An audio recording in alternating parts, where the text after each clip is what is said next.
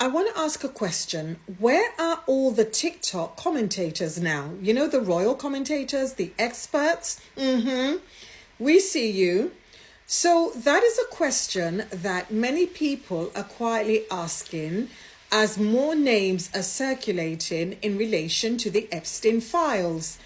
And these are not accusations or convictions, but actually names being mentioned.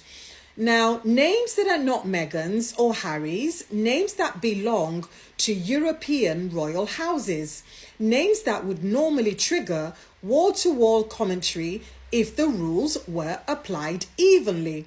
Now, Prince Andrew's name, of course, that is not new. That is front and center. We've got emails, we've got correspondence, we've got invitations, we've got screenshot, proofs, timelines. We've got all of that. So that story, of course, has been documented, litigated, maybe even settled with some of the accusers. And right now, it's being managed into silence. But what's striking for me that is happening now is that figures like Sophia of Sweden or Mette-Marit of Norway are actually being referenced in documents, yes, even in passing. Suddenly, the self-styled royal experts, they've gone missing. They're not mentioning that. Oh no, but they will sit on this app and talk about how Meghan's jam is not worth XYZ. Make that make sense.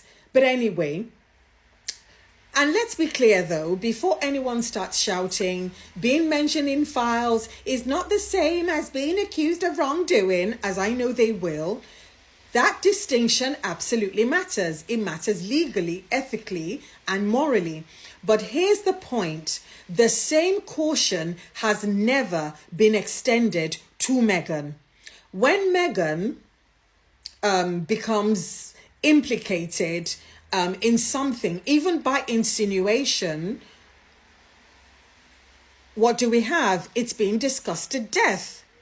And they'll even go as far as fabricating and manufacturing lies.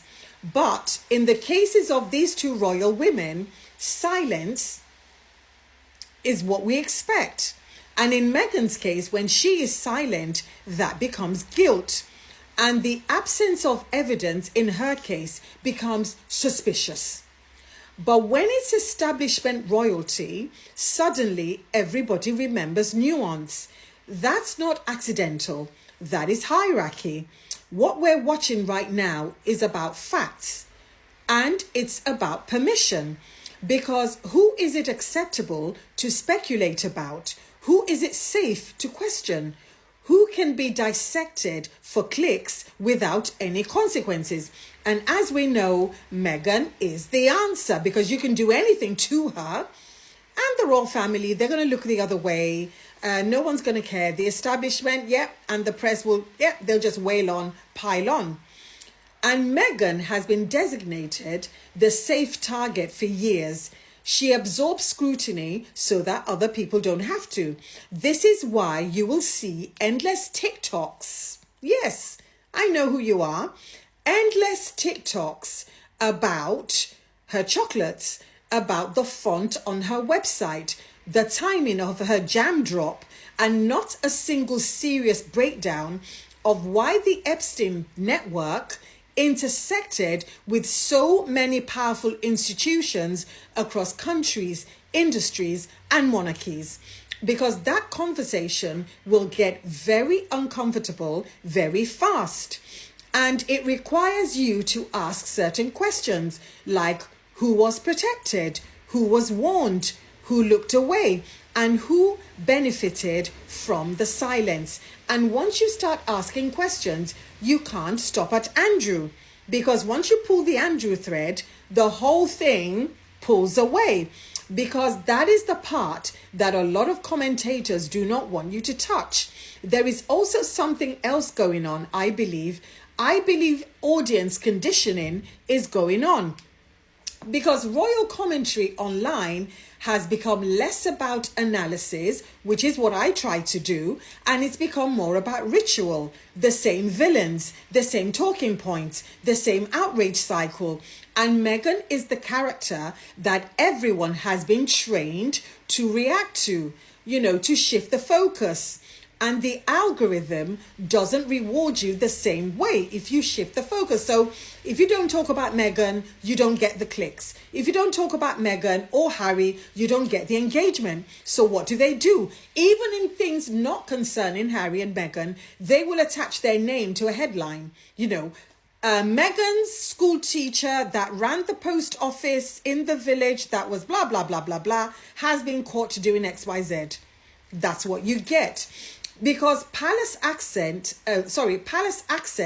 doesn't reward you the same way. Media invitations do not reward you the same way. But mentioning Meghan's name rewards you with clicks, engagement, and it gets your mortgage paid. So silence becomes a business decision.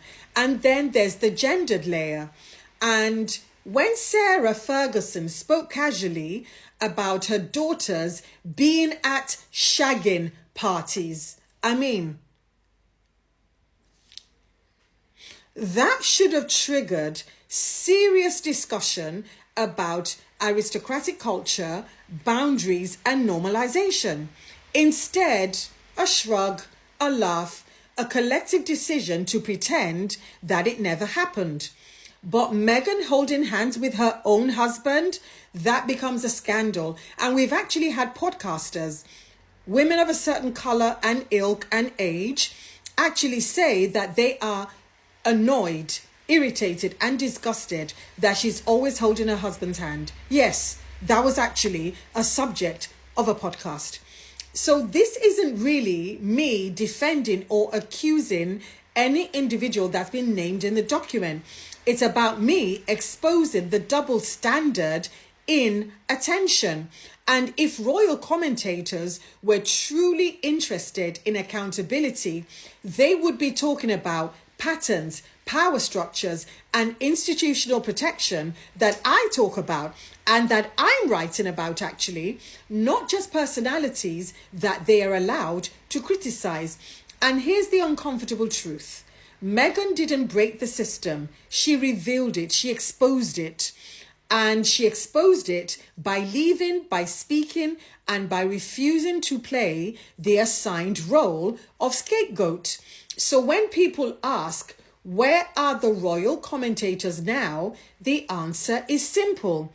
They are where they always were and where they always have been, talking loudly when it's safe and becoming suspiciously silent when it's not. And that tells you, ladies and gentlemen, everything you need to know about them. But anyway, what do you think? Because your voice is just as important as any royal commentators. My name's Elizabeth. I'm the author of The Luxpreneur. And for more insights like these, please like, share, comment, and follow me. And to support my work, yes, I do need support, and I'm not ashamed to say so. Please grab a copy of my book, The Luxpreneur, from Amazon. And if you don't want to buy from Amazon, you can order it on Waterstones or via Barnes and Noble.